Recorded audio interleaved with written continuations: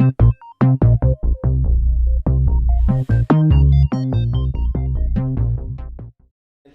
was the purpose of intense animal suffering over millions of years before humans walked the earth? Starvation, disease, parasites, predation, fires, etc.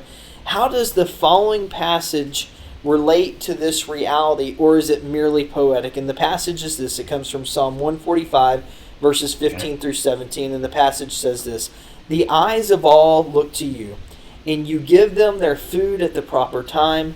You open your hand and satisfy the desires of every living thing.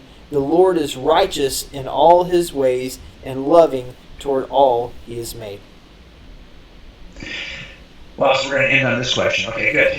So I don't think, address this question at all in Cold Case Christianity, but I did address it in an entire chapter in God's Crime Scene, which is the book that makes a case for God's existence from 8 attributes of the universe, one of which is the existence of evil and suffering. And does this point away from God? Is it a piece of exculpating evidence, or is it an inculpating piece of evidence that actually can be used and should be used in the case for God's existence? So the real question is broader than this, right? Is that, number one, how could there be an all-loving, all-powerful God that allows this much death and destruction over the course of history?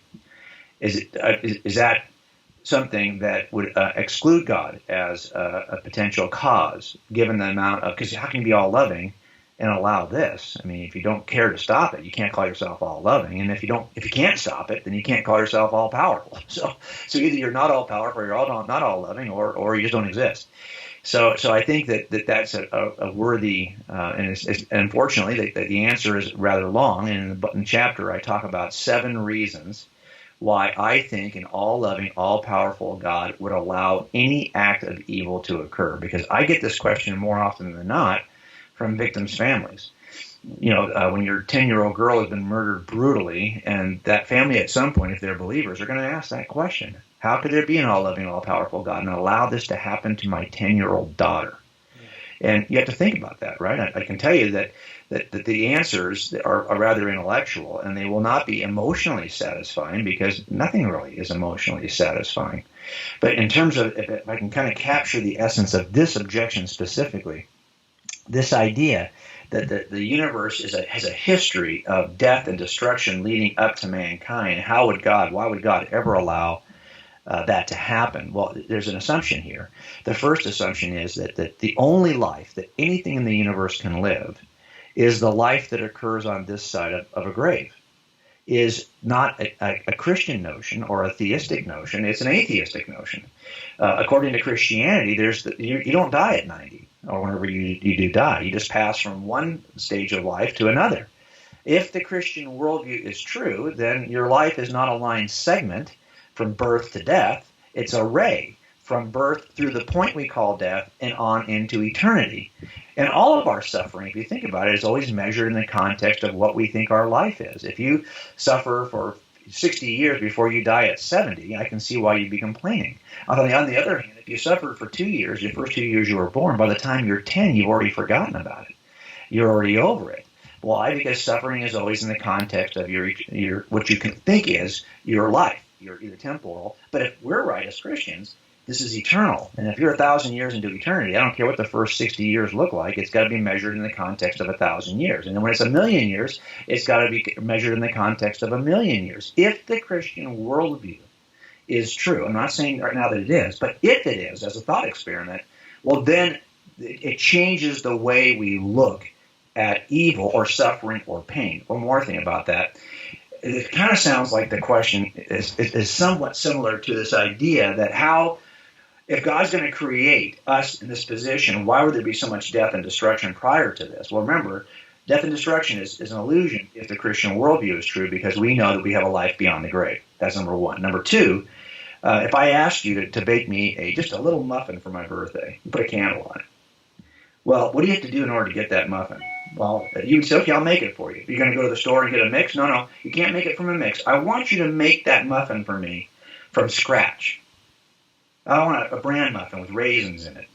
Okay, so now how am I going to get that from scratch? It means you're going to have to start with a big patch of ground you can plant some wheat in, because I'm going to need you to grind that wheat to get the wheat. Oh, you need sugar? Oh, I need you to plant sugar cane and get that sugar. Oh, you need raisins? I need you to plant raisins, make sure they're dead and dried up, plant grapes rather, make sure they're dead and dried up to get raisins. In other words, if I had to get all the ingredients from zero to create this muffin, I'm going to leave a trail of destruction and a huge body of work, an area of destruction, all of which was destroyed just to get this little thing. Well, I just don't know that. I think that we have good reason to believe that in order for God to get us where we are, the universe had to have a history that is used a certain way, the same way we use all that material to make the muffin, just to get the world we live on. Which sounds sad, right? Unless, of course, the Christian worldview is true and death is not at the end of your 90 years or if you're whatever, but as actually we are in an eternal state from the moment we're born. Well, that's a little bit different in terms of how you assess this. But I think in God's crime scene, what I try to do is give you seven reasons. The same thing happens when you're a parent and you have to do something that your kids perceive as unjust or wrong, and you treat me this way, and you've got good reasons why you know this has to happen in order for the good thing you're trying to achieve with your kids. The problem is your kids don't see those 7 things. I think sometimes we're the same way with God, and that's what I try to do in that one chapter is give you 7 reasons why God might allow any act of evil. And do I know what that relationship is? Do I know what his primary goal is and his secondary goal? No. Do I know what the relationships between those 7 things are in any one act of evil? No. Do I know, what is his, what the, how to put the puzzle together so I can, no, I don't know any of those things, but I do think the puzzle pieces are there, and we simply have to, look at those puzzle pieces and realize, yeah, I can see there might be good reasons why God would allow this. Thanks so much for watching our video. If it was helpful and useful to you, I'd really appreciate it if you would follow us, subscribe to our channel at the bottom link here in the video, and tell your friends. And please follow us on social media. Thank you.